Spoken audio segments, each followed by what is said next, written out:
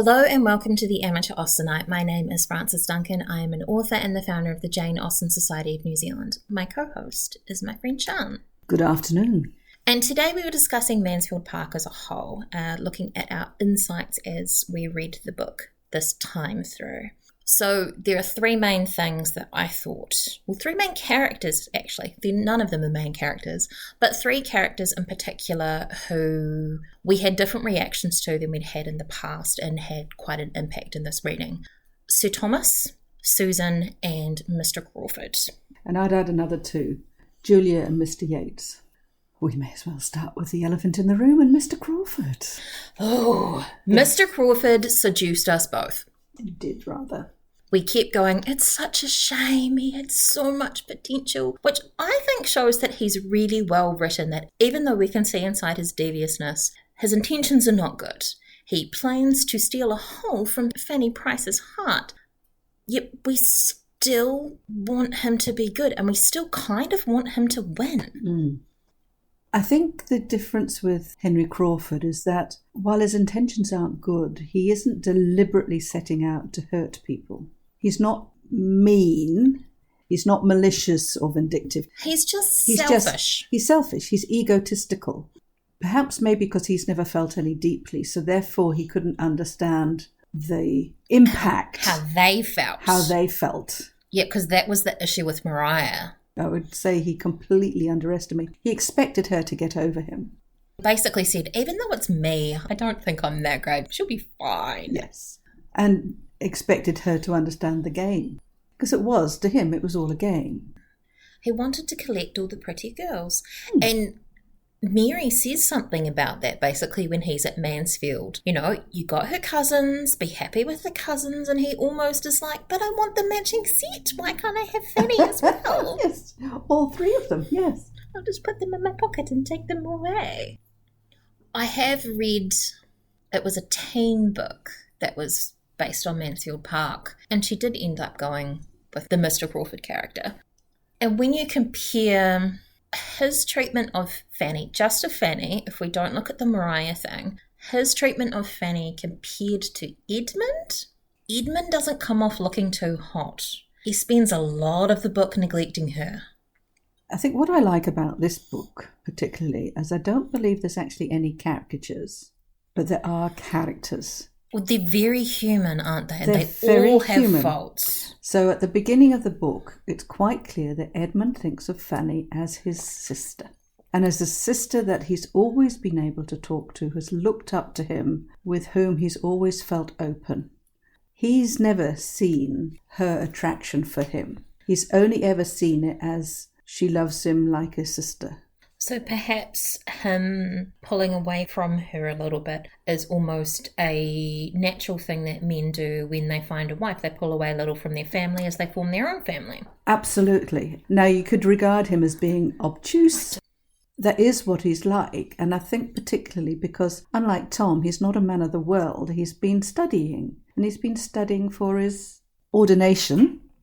And I don't believe he's experienced any infatuation or love up till now. So he's completely and utterly blown over. The exact same could be said about Mr Crawford. He's never actually really felt these things for people before, so he's completely blown over. The difference with Mr Crawford is he's dabbled. He's been a naughty boy. He's flirted with everything with a skirt, basically, whereas Edmund is not a character who does flirting. Which Mary finds a little lacking in him, I think. Both lacking, and also he's a bit of a challenge for her. Initially, he's not sort of fawning all over her. But she does like to be the centre of attention, so I think that's all, again, when the book goes on, she recognises that he's not going to give up his chosen vocation just because she doesn't like it. So yes, you could argue that she does see that as a failure on his part. So I wonder whether Mr Crawford seduced us because he's so well written that he can seduce us through the page, despite us knowing how devious he is, or whether it is the current trend that you mentioned earlier of rakes making the best husbands and lots of Regency and Georgian romance novels reforming to make excellent husbands. Up until the point we realise he doesn't go back to his estate, there's a sense of hope that he is reforming. And then he screws it up. Yes. I have heard that there is a very old alternate ending to Mansfield Park, obviously not written by Jane Austen, where Mr Crawford does come through and ends up marrying Fanny, because people were like, no, but it needs to have this. Possibly from like 100 years ago, so hard to get hands on, and I cannot even remember the name of it. Well, you're used to this sort of big event finishing off the book, the climax of the book is they all get married and live happily ever after. I mean, they do all get married and live happily ever after. But it's not really... No, we don't get to see it. We get told about it. It feels like an epilogue. Again, she's really good at writing final chapters that feel like epilogues. Yes, and it is really an epilogue. I just had this thought pop in my head with Mr Rushworth saying, he's just a little man. He's short. He's short. Maybe and that's why part he's of so why charming. He's charming, because he's making up for the lack of height. I read an article that was pointing out that that's a class thing as well, because people of a higher class therefore had better nutrition, therefore would grow more, so tended to be taller. So that upper classes tended to be taller than the lower classes. They had more protein. It doesn't necessarily work here because... We know Mr Crawford is a gentleman. Yes. He's not an aristocrat. He's a gentleman and he has an estate. But his estate is only 1/3 of Mr Rushworth's. Yes, but Mr Rushworth is still only a mister. And he does have a mother. Yet she was trying to not actually dominate in the marriage. She did go and leave and live in Bath or something when they first got married, didn't she? Yeah, but then she came back. That's another bit that feels a bit like pushed, because she did go to live in Bath, but then she came back to London to be with them and keep an eye on them, I think, because she would have heard rumours. You think that's what I think that's what it would have been. So you brought up several times in recent chapters that Mr Yates, although, what did you say, flibberty-gibbet or something? Yeah, flippity-gibbet. Flippity-gibbet actually has genuine affection for Julia and continues to pursue her in a non-pressuring way for months. She's the brains of the pair, there's no doubt about that. She saw through Henry Crawford. Twice she went, no, I'm not doing this. Yes. When it came to Mr Crawford, once at Mansfield and once in London. Yes. The general feel is that she panicked and ran off with Yates. But she does seem to have more brains than we tend to give her. And it is hard to see Mr Yates as a serious character because he is a comedic character as well. The same with him on the stage in Mansfield Park and him almost ranting as Sir Thomas walked in is hugely comical and is going on and on about how great Lover's Vows is, completely unaware of what's going on around him. It's really funny. But that doesn't mean he's not also three-dimensional. He just seems a bit of a nit. But maybe like Tom, he's never had any responsibilities that he's willing to stand up to. So he hasn't really grown up. They run in the same sort of set. Yes. And they're just too busy having fun. You could imagine them down at Courtney Place on a Friday night, couldn't you? They're the drunk boys. Yeah. Or boy races. Yeah, so I don't think this reading really changed much of our views of main characters very much, but side characters, yes. Sir Thomas we talked about quite a bit. He's become my favourite character in the book. I can feel for him as a parent, I think. So perhaps it's our maturity that makes us see him in a different way. In the past, we've probably read it from Fanny's perspective, and he's always seemed really distant and a little bit scary. And then we get his daughter's perspective and Tom's perspective, where he's just the authoritarian parent. He's the killjoy as far as they're concerned. But actually, he isn't really. To Fanny, it was a relief when he came home and stopped the theatre. Yes. Despite her still being quite terrified of him. He grows. We were talking about that in the last chapter. He gets to grow through the book. He goes from quite distant to wanting to be more involved in his family's life. Hugely missing them while he was away and so disappointed by his reception when he got home. Yeah, imagine that, like you got on an early ship to come home to surprise them and then you walk in and you're like, why is there like a hole in my wall? Yes. Who the hell is this idiot? Yes. And all the while being really polite to him while wanting him to leave. Because he's ever a gentleman. I can't tell this young man to fuck off however much I want to. It makes sense him drawing back from intimacies with the parsonage, wanting to just focus on his family for a little bit. But they see it as a restriction. And yet it doesn't stop Mr. Crawford paying lots of visits, does it? I do love that in Fanny he finds a real daughter. That he gets a reward and he gets to have a happy ending. He will probably always beat himself up about what happened with Mariah, and probably to a certain extent Julia too, because she would have wished a better husband for him, although Mr Yates was not as bad as he thought he was going to be. But yes, it wasn't necessarily the best she could have done.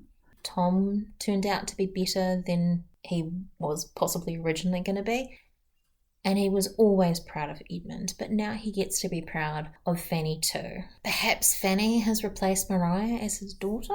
I'm not sure about replace so much as I think his daughters, to a certain extent, they were unknown to him. They portrayed a particular persona, but there was always that distance. So it's not really a question of a replace so much as she filled a vacuum. I can imagine Mariah in her isolation feeling resentful that Fanny has perhaps usurped her position. Or is that Susan's now? Shall we move on to Susan?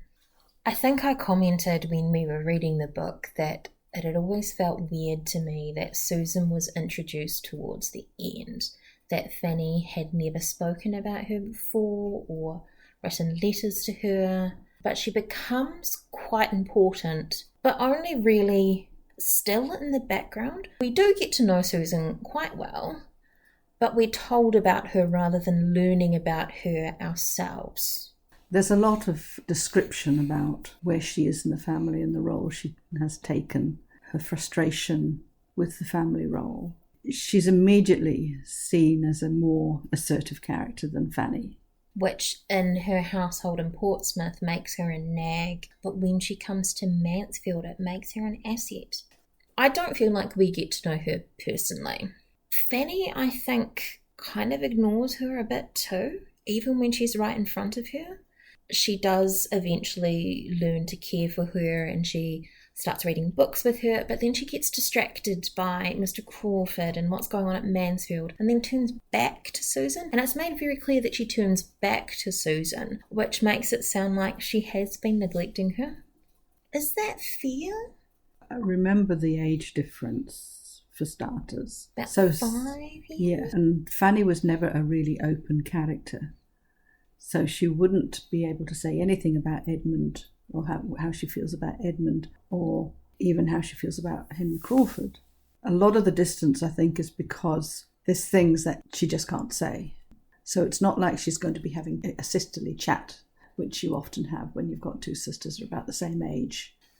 I think that crops up a lot in Jane Austen's novels, that characters are keeping things to themselves that you wouldn't expect in modern novels, that they would have some confidant that they would talk to about their feelings. We have Lizzie not telling Jane about seeing Mr. Bingley. But you have to remember in those days you had a very small circle and there was a risk in telling some people some of these things.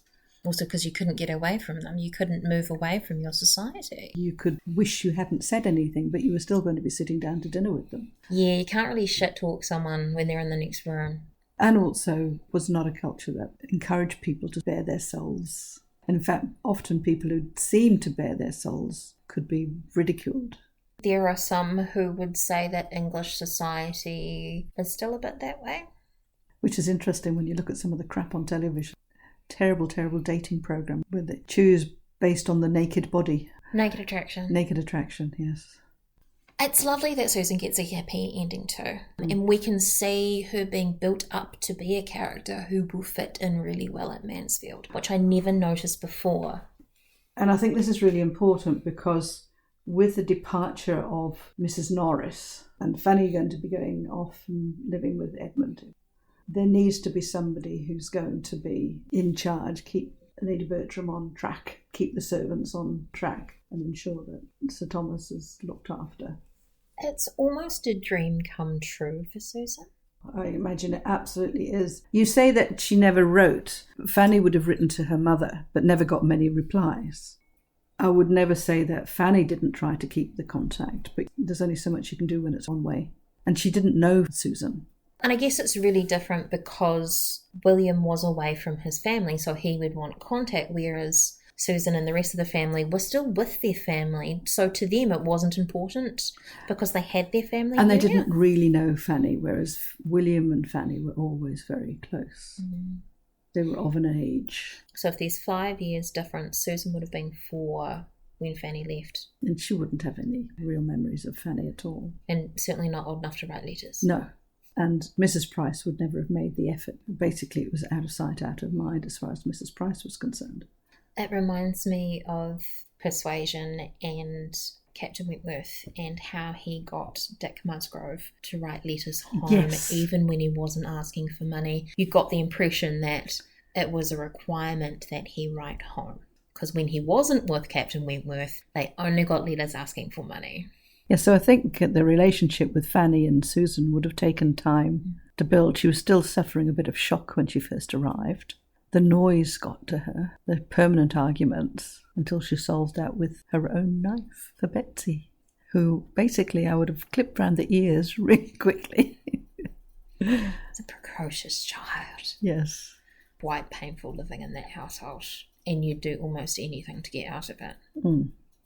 You could see, had Fanny grown up there, her being very sick her whole life, or marrying the first person that came along to just get out of there. We have to finish up with Mrs. Norris. Bette Noire, the black beast, who was so indispensable at the beginning and so dispensable at the end, who didn't change at all, but the perceptions of her changed significantly. Sir Thomas suddenly realises that she's a pain in the ass and goes, how did I not notice before? Has she changed a lot? And I think it's because, as we were talking about, when he came home, he wanted to be more embedded in family life. What has to be remembered is that his daughters had not really become adults very long before he left. No. So they'd come of age and had this freedom. And all of a sudden it was taken away, this entertainment, and they were back to these long, boring evenings in front of the fire, no dancing, no plays, no social company. Mrs. Norris is a nasty character. She does victimise Fanny for no good reason. No, everything she does is to make herself look better. There's no reason for Fanny not to have a fire. No one will see that. Why does it matter? Only because she can. She is the epitome of a bully. She bullies Fanny, she belittles her in front of people. There's no mention of it, but I wouldn't put it past her being potentially physically abusive to Fanny as well. I don't know that she needed to be, really. She made her life so miserable. And then she gets her fairy tale ending because she's the baddie, so she gets a bad end. She is stuck living with Maria, who does not listen to her, who does not care for her, and who is spiteful about everything that's happened. Who doesn't seem to appreciate everything that Mrs. Norris has done for her. She loves Maria, and everything she did it for Maria, or so she thinks. And it's just turned to custard, and Maria's totally not only unappreciative, but resentful. Because if Mrs. Norris hadn't really pressured and encouraged the relationship with Mr. Rushworth, would it have driven Maria down to essentially refuse to give him up? Because it was sort of drilled into her that marriage was important and marrying someone of specific rank or value was important, and she's certainly not getting that from her mother. Lady Bertram is pretty well a non-event. But she's a softer, gentler character with Mrs. Norris there. She was always going to be secondary. She was always going to fall back. She comes into her own a little bit more after Mrs. Norris has left, and certainly in her welcome of Fanny.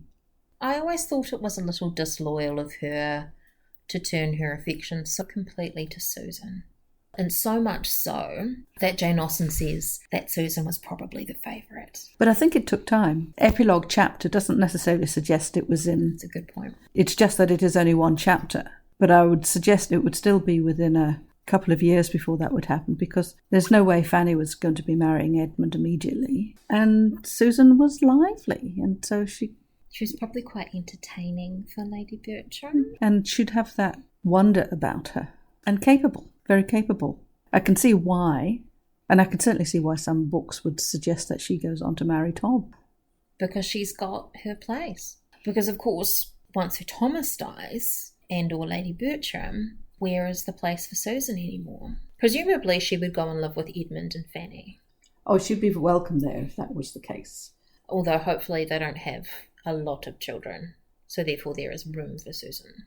But you can't control these things in those days. Yes. So you just have bunches of children. And I could also imagine Sir Thomas would leave her some form of bequest, because he's that sort of responsible sort of a person. And in fact, he does say that by having Fanny live with him, he's taken responsibility for her. I wonder who Mrs. Norris's money went to in the end. Maria. Who else would get it? But if they hated each other so much at the end, would it not be a lovely, spiteful thing to do to not leave Maria her money? And that is our overall discussion of Mansfield Park by Jane Austen. My name is Frances Duncan. You can find me at francesduncanwrites.com and on Twitter at Frances_Duncan. Thank you for listening, and we wish you happy reading.